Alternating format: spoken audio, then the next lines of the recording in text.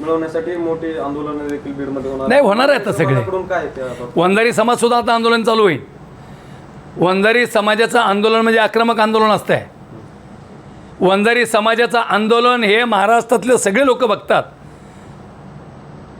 या महाराष्ट्रातल्या लढ्यामध्ये वंजारी समाज एवढा आक्रमक समाजच नाही असं मला माहिती आहे. लोकसंख्या कमी असेल पण आक्रमक आहे. त्यामुळं आम्ही सुद्धा तो लढा ताकदीने उभा करणार आणि 100% आम्ही एस टीतून आरक्षण घेतल्याशिवाय राहणार नाही. आम्ही थोड्या दिवसामध्ये राज्याच्या मुख्यमंत्र्याला भेटून निवेदन देणार आहेत आणि ते निवेदन देणार. आमच्या 2 मागण्या असतील, प्रमुख मागण्या. एक तर 69मधलं जे हैदराबाद गॅजेट आहे त्याच्यातून आम्हाला एस टी टाकावं, नाही तर 2% 5% आरक्षण मिळावं, हे आमची स्पष्ट भूमिका आहे. आरक्षणाच्या संघर्षाचं कामगार आहे, रात्रंदिवस कष्ट करतो. अनेक कष्ट करणाऱ्या शेतकऱ्यांच्या मुलांना आजही त्या मुलाला नोकरी मिळाली पाहिजे, तो नोकरीत गेला पाहिजे. आम्हाला वंजारी समाजाचा गर्व आहे. या महाराष्ट्रातल्या ऊसतोड कामगाराचे मुलं IAS झालेत, IPS झालेत. आमची भूमिका आहे.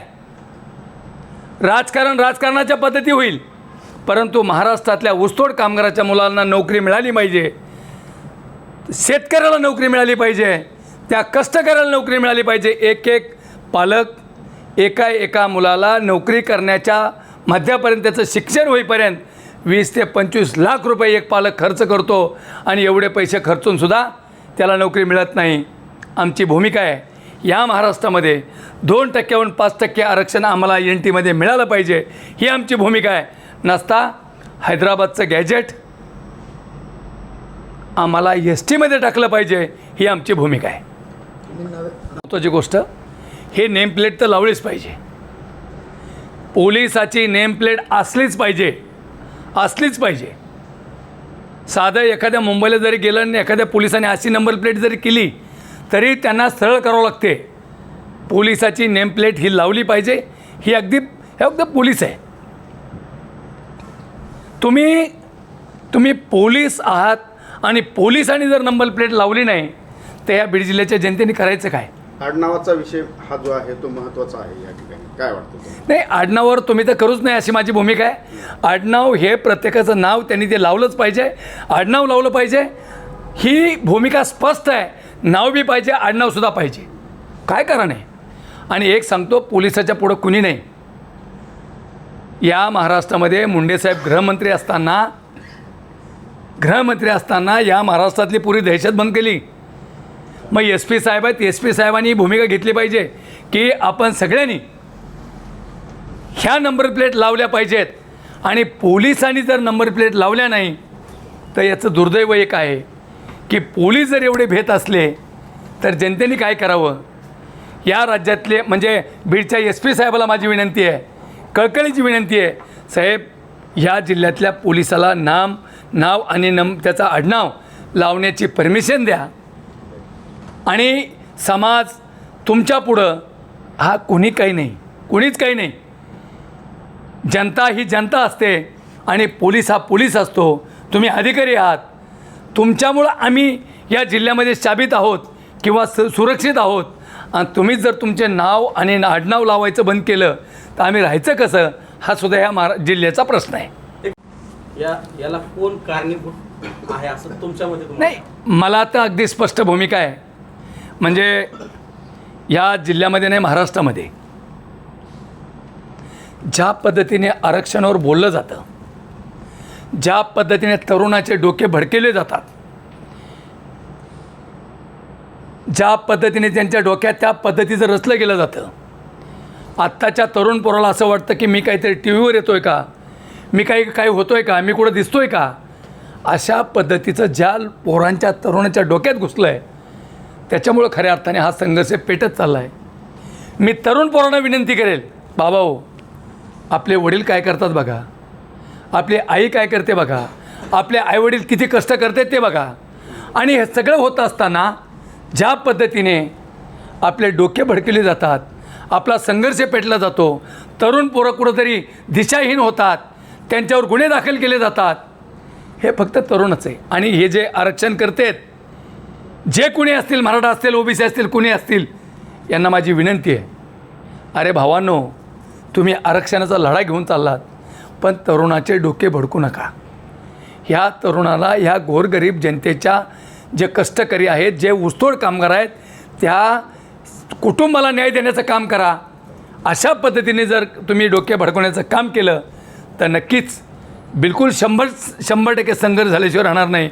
परंतु मी तरुणांना मी आवाहन करेल, बाबा हे काही खरं नसतं, हे आरक्षण जागेवर आहे, परंतु तुम्ही शांततेमध्ये आपल्या आईवडिलाचा विचार करून शिक्षण घ्यावं, नोकरी करावी, एका चांगल्या पोस्टला जावं. ह्या महाराष्ट्रातल्या तरुणांना माझी विनंती आहे. माझा शेवटचा प्रश्न असणार आहे, हा JR लागू करावा लागेल. हैदराबाद गॅजेटला एका जातीवर तर JR नाही होऊ शकत. त्यांना मिळालं तर आम्हाला मिळालं पाहिजे. आता आमची भूमिका आहे, मुख्यमंत्री राज्याचे आहेत, एका जातीचे नाही, एका धर्माचे नाही. समजा मराठा समाजाला JRचं त्या रिझर्वेशन मिळालं बरोबर आहे, त्यांनाही मिळालं तर आम्हाला मिळालं पाहिजे. शेवटी JR तोच आहे. त्या JRमध्ये जे आहे, धनगर समाजाला आहे, बंजारा समाजाला आहे, वंजारी समाजाला आहे, मग त्यांना मिळालं तर आम्हाला मिळालं पाहिजे. त्यांच्या आरक्षणाला आमचा विरोध नाहीच आहे ना. आम्ही कुठं म्हणतो की त्यांना आरक्षण मिळू नये, त्यांना आरक्षण मिळावं, परंतु OBCच्या आरक्षणाला धक्का न लावता आरक्षण मिळावं, ही आमची भूमिका आहे. आपण जर पाहिलं तर गेल्या 2 राजकीय आरक्षणाचा विषय पुढे येतो, असं काही राजकारण होताना पाहायला मिळतं का? कारण की शैक्षणिक असेल, सामाजिक असेल, हे जे आरक्षणाची मागणी ही थोडी बाजूला आणि राजकीय काय वाटतं? नाही, माझी तर स्पष्ट मागणी आहे, महाराष्ट्रातल्या कष्टाळू शेतकरी, ऊसतोड कामगाराचे मुलं, वंजारी समाजाचे मुलं शिक्षण घेतात, अभ्यास करतात रात्रदिवस, त्या मुलाला नोकरी मिळाली पाहिजे, म्हणून ही माझी मागणी आहे. आता राज्याच्या मुख्यमंत्र्यांनी स्पष्ट भूमिका घेतलेली आहे. मी काय त्यांचं समर्थन करत नाही, परंतु त्यांनी सांगितलं आहे की दोन्ही जाती एकमेकाच्या अंगावर जाणार नाहीत, दोन्ही जातीचं आरक्षण साबत राहील, OBCच्या आरक्षणाला धक्का न लावता मराठा समाजाला आरक्षण मिळेल. त्यामुळे ह्या सगळ्या गोष्टीवर चर्चा व्हायला पाहिजे. बरोबर. आता OBC संघटनाकडून असं बोललं जातंय की मनोज जरांगे यांना शैक्षणिक आरक्षण नाही तर त्यांची धडपड राजकीय आरक्षणासाठी. तुमचं काय? नाही, माझी स्पष्ट भूमिका आहे, शैक्षणिक आरक्षण पाहिजे आम्हाला. आज मला गर्व आहे, या महाराष्ट्रामध्ये नाही देशभरामध्ये वंजारी समाजाचे ऊसतोड कामगाराचे पोरं IAS IPS झालेत, याचा गर्व आहे मला. अनेक पोरं अधिकारी झालेत, अनेक पोरं कलेक्टर झालेत, अनेक पोरं SP झालेत. या महाराष्ट्रातल्या वंजारी शेतकरी कामगारांचे पोरं एवढ्या पदावर जाणं, आणि आज जे वंजारी समाजाला टार्गेट केलं जातं आहे ना, राजकारण नाही, फक्त अधिकारी. या महाराष्ट्रामध्ये शेकडो अधिकारी IAS IPS झाले, याचा गर्व आम्हाला आहे. त्यामुळे मी तर ही लढाई 100% माझ्या गरीब बांधवाचे पुढारी असतात. गावात एखादा गाव असते, सगळं गाव शिकतं आहे, प्रत्येक घरातला मुलगा शिकतो आहे, प्रत्येक घरातला मुलगा MPSCला जातो आहे, लाखो रुपये ते कुटुंब खर्च करतं, त्या कुटुंबाला नोकरी मिळाली पाहिजे, आमची स्पष्ट भूमिका आहे. तुम्ही जिल्ह्यातल्या रे महाराष्ट्रातल्या बहुजन समाजाला विनंती करतो, बहुजन समाजाला, हे बघा, ही लढाई तात्विक लढाई आहे, आरक्षणाची लढाई, ही तुमच्या आमच्या घरावर जाण्याची लढाई नाही. जो मराठा बांधव आणि OBC बांधव खांद्याला खांदा लावून एकमेकाच्या गळेत गले घालून फिरायचा, तोच आता अशी गत झाली, चुकून इकडं आलं तो हे दुसऱ्या रस्त्याने जातो आहे, अशी परिस्थिती आता महाराष्ट्रात निर्माण झालेली आहे. आणि मुख्यमंत्र्यांनी सांगितलं पण ह्या विषयावर की दोन्ही समाज एकमेकाच्या अंगावर जाऊ नये, म्हणून मी OBCच्या आरक्षणाला धक्का न लावता आम्ही आरक्षण देतो आहे, ही भूमिका आहे त्यांची. परंतु याच्यापुढे जाऊन अजून हे चालूच आहे, हे आंदोलन चालू आहेत, भडकाऊ भाषणं चालू आहेत. त्यामुळं माझी विनंती आहे की खास तरुणांना विनंती आहे, बाबा हे यांचं दुकानं चालू राहिले, हे यांचे दुकानं चालवतात, तुमचे घरं मोडायची वेळ आलेली आहे, तुमचे आईवडील लाखो रुपये करून शिक्षण तुम्हाला देऊ राहिले, आणि कुठंतरी चांगले कपडे घालून आपण एखाद्या रस्त्यावर जाऊन एखादं आंदोलन करतो, केस होते, गुन्हा दाखल होतो, तुमचं आयुष्य बर्बाद होतं. आणि ज्या आईबापांनी लाखो रुपये घालून तुम्हाला शिकवलं आहे, म्हणजे कष्ट करून शिकवलं आहे, याचं माती करू नका. आणि हा एक समझोता, खऱ्या अर्थाने आपण सगळ्यांनी एकजूट आहोत. भलं राजकीय लढाई वेगळी असेल, आरक्षणाची लढाई असेल, परंतु हेवे दावे हे कुठंतरी थांबले पाहिजे, ही आमची स्पष्ट भूमिका आहे. 69 हैदराबाद गॅजेट आहे, त्या गॅजेटमध्ये कसं असतं एक सांगतो, लवकर काही सापडत नाही, सापडलं तर सगळं सापडतं. मराठा समाजाला 2 वर्षापूर्वी हैदराबाद गॅजेट सापडलं आणि हैदराबाद गॅजेट सापडलं, त्या गॅजेटमध्ये सगळंच निघलं. बंजारा समाज तिथंच आहे, धनगर समाज तिथं आहे, वंजारी समाज आहे. मग सगळ्याला मिळत असेल तर आम्हाला का नाही मिळत? तुम्ही त्यांनाही द्या, आमचं म्हणणं नाही देऊ नका, परंतु वंजारी समाजाला सुद्धा ST प्रोग्राममधून आरक्षण मिळालं पाहिजे. हैदराबाद गॅजेटमध्ये 1969च्या नियमानुसार ते ज्या ठिकाणी आम्ही STमध्ये आहोत त्याच ठिकाणी आम्हाला इथं STमध्ये आरक्षण पाहिजे. नसता 2% आरक्षण जे आहे त्याच्यावर आम्हाला 5% आरक्षण पाहिजे.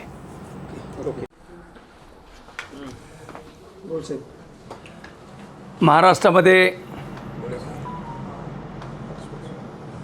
आरक्षणाच्या विषयावर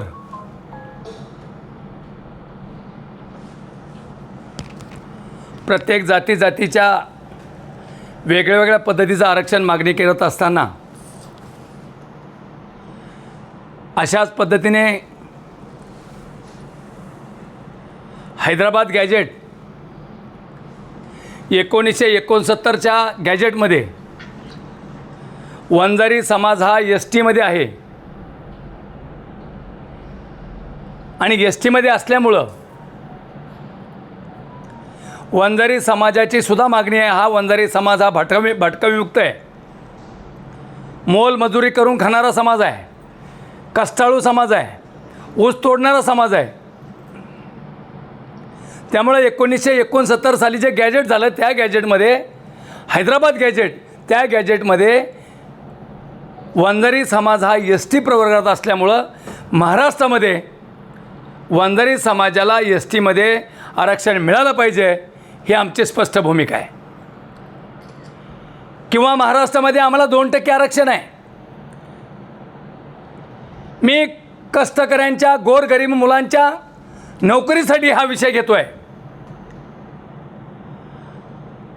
आणि हे सगळं होत असताना 2% आरक्षण जरी आम्हाला असलं तरी शासनाच्या माध्यमातून कुठल्याही प्रकारची जाहिरातीमध्ये आमची एकही जागा 000 असते.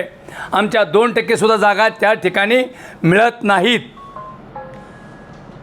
त्यामुळं आमची भूमिका ही एक तर आम्हाला STमध्ये टाका, नसता आम्हाला 2%वरून 5% आरक्षण NTमध्ये असलं पाहिजे ही आमची वंजारी समाजाची भूमिका आहे.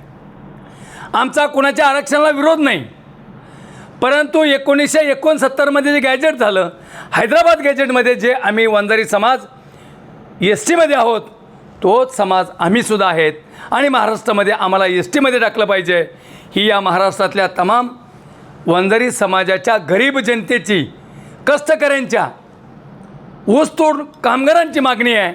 त्यामुळे मी राज्याच्या मुख्यमंत्र्याला विनंती करेल की आपण कुठल्याही परिस्थितीमध्ये वंजारी समाजासाठी जे 1969चं हैदराबाद गॅजेट तयार झालं त्या गॅजेटमध्ये वंजारी समाज STमध्ये आहे, आम्हाला महाराष्ट्रामध्ये STमध्ये टाका.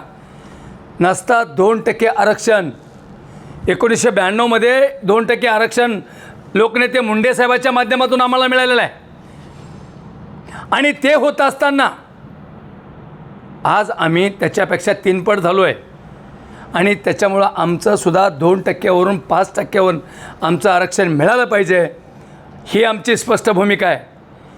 या सगळ्या प्रक्रियेमध्ये आणि जाहिरात निघाल्यानंतर आम्हाला आमच्या हक्काचं 2% आरक्षण कोणत्या जाहिरातीमध्ये असतं?